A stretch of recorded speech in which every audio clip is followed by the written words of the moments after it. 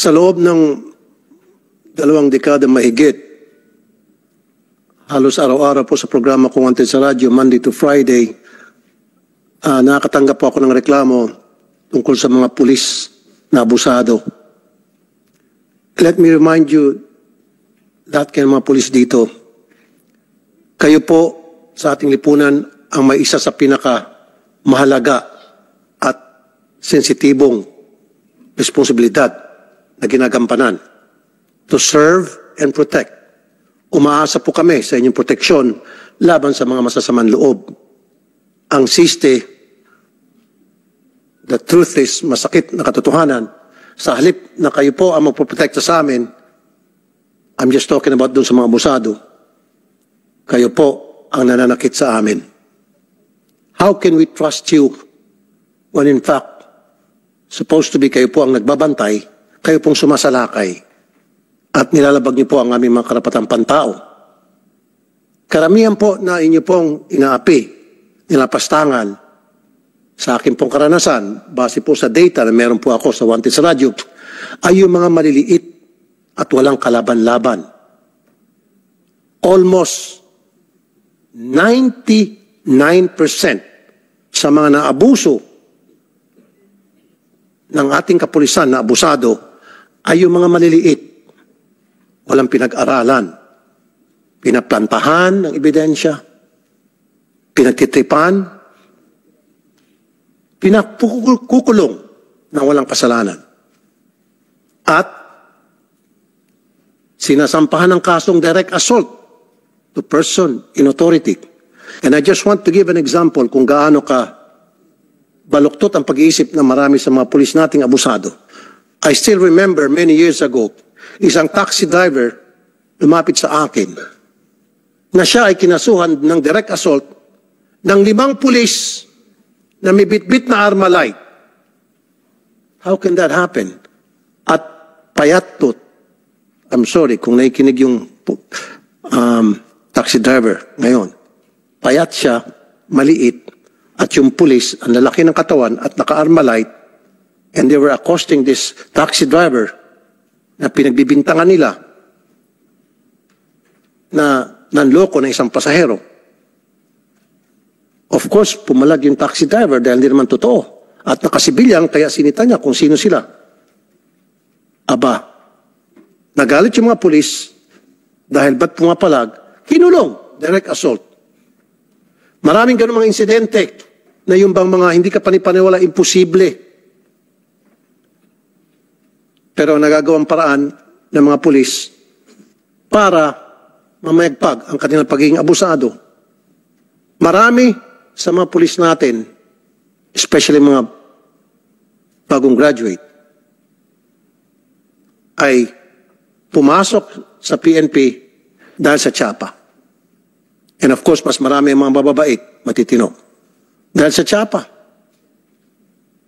Dahil may sa katuparan na yung kanilang pagiging bully, kumbaga magiging legit na ang pagiging bully nila because they have the tsapa. To prove to the world that they are somebody to reckon with. That they need respect. Respect mula doon sa maliit na kababayan natin na kayang-kaya nilang sipain. Now, let me tell you all this. Listening right now. Ang Senado ang magiging karma ninyo. Kung gaano kayo kaabusado doon sa labas at nagiging mga pilosopo at kaya nyo pakulungin o ipakulong ang mga walang kalaban-laban na maliliit na mamamayan, dito matitikman nyo ang makulong. Pero kayo makukulong dito sa baba dahil kayo nagsisinungaling. Hindi kami papayag ang Senado na gagawin nyo kaming katatawanan tulad ng ginawa nitong si Captain Juanito Arabejo na pinagmamasdan ko kahapon pa habang tayo ay nagipag-usap sa mga resource persons dito, lahat ng mga pulis ay nakayuko, ngising aso itong si Arabejo. At nakuha pang magsinungaling at gagawin kaming parang tanga. Hindi niyo po kami pwedeng gawing tanga rito at hindi kami papayag, especially si Chairman Bato de la Rosa, Senator Bato de la Rosa, na dati niyong hepe sa PNP.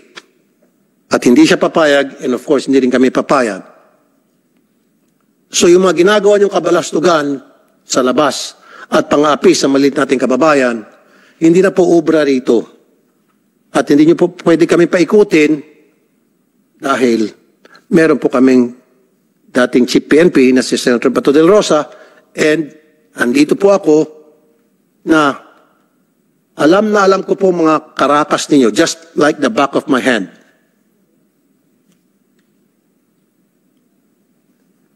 And lastly, kanina dumaan sa tanggapan ko si Lieutenant General Rodel Sermonia, like I said, who's been my friend for a long, long time, and he's been a very effective PNP officer na maraming beses na akong lumapit sa kanya para mag-refer ng mga kaso tungkol sa mga abusadong pulis at agad niyang natutugunan.